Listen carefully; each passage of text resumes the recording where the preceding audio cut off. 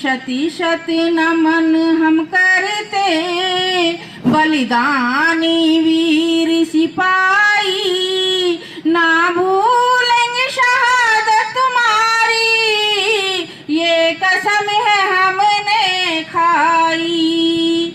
तुम्हें शती शती नमन हम करते, बलिदानी वीर सिपाही, ना भूलेंगे शहादत तुम्हारी, ये कसम है हमने खाई। हमारे अध्यक्ष जी ने बहुत अच्छी बात कही, सभी श्रोताओं ने अपने अपने बहुत अच्छे विचार रखे, शहीदों के प्रति श्रद्धा पूर्वक अपने वक्तव्य रखे।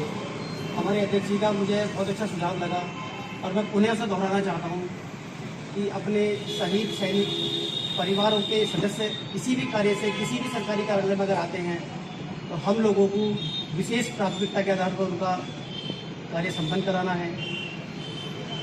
अगर कोई सैनिक वर्तमान में सेवा में है, उनके परिवारों का भी सदस्य अगर कोई आते हैं तो हमें उनके प्रति भी उतना ही श्रद्धा भाव से उनके कार्य को संपन्न कराने में अपना योगदान देना होगा।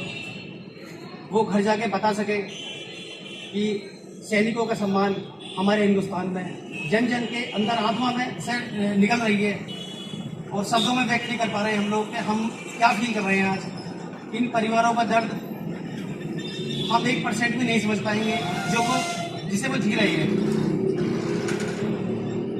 तो सभी मेरे कर्मचारी साथी हैं, सभी सरकारी कार्यालयों से एकत्रित हुए हैं और अपने अपने विभागों में अपने साथियों से भी जरूर सुझाव रखें कि इन परिवारों से आने वाले प्रत्येक सदस्य का तहे दिल से स्वागत करें, उनके कार्य में योगदान दें और संपन्न कराएं, उनका जो भी समस्या है उनका समाधान कराएं।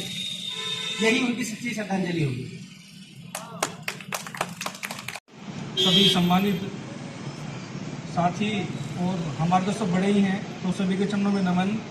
और पहली बार आज ऐसा लग रहा है कि कुछ लोग अभी भी जिंदा हैं जो ऐसे कार्यक्रम करा रहे हैं, वरना विश्वविद्यालय स्तर पर या छात्रों के द्वारा जो कराए जाते हैं, कई कार्यक्रम ऐसे थे जो हम यहाँ लगातार कराते थे, उनको बंद करा दिया गया। मैं आपको बहुत बहुत इसमें साधुवाद भी देता हूँ कि आपने शहीदों के को जो याद किया है, उनके लिए आप बधाई के पात्र भी हैं। और जो घड़ी है वो हर साल रुलाने की है, दुख की है कि हमारे शहीद पुलवामा में जो घटना घटी उसमें वो में है।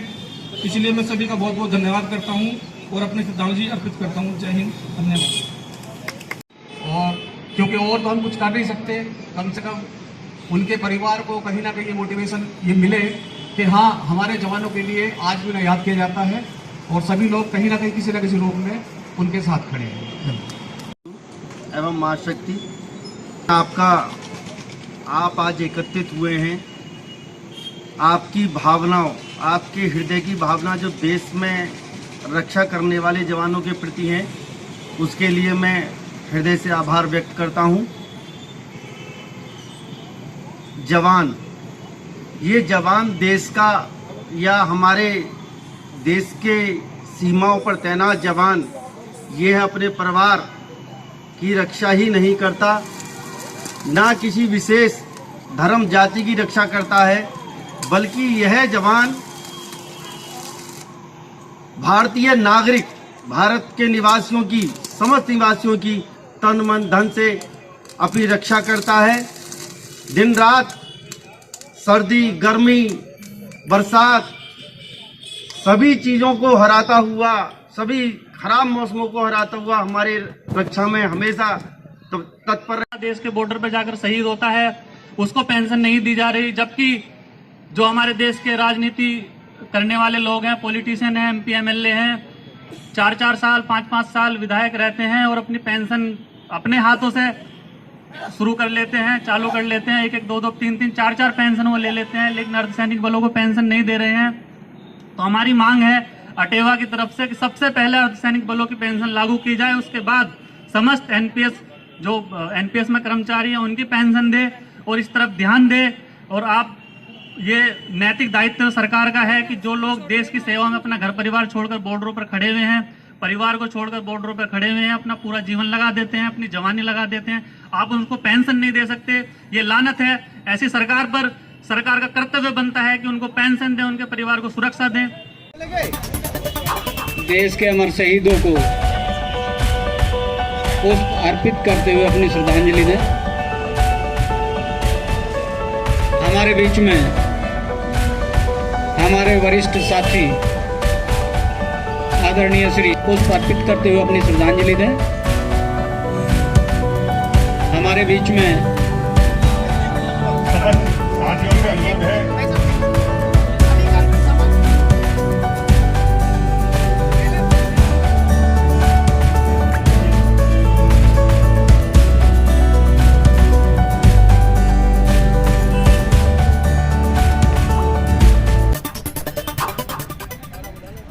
समस्त कर्मचारी साथी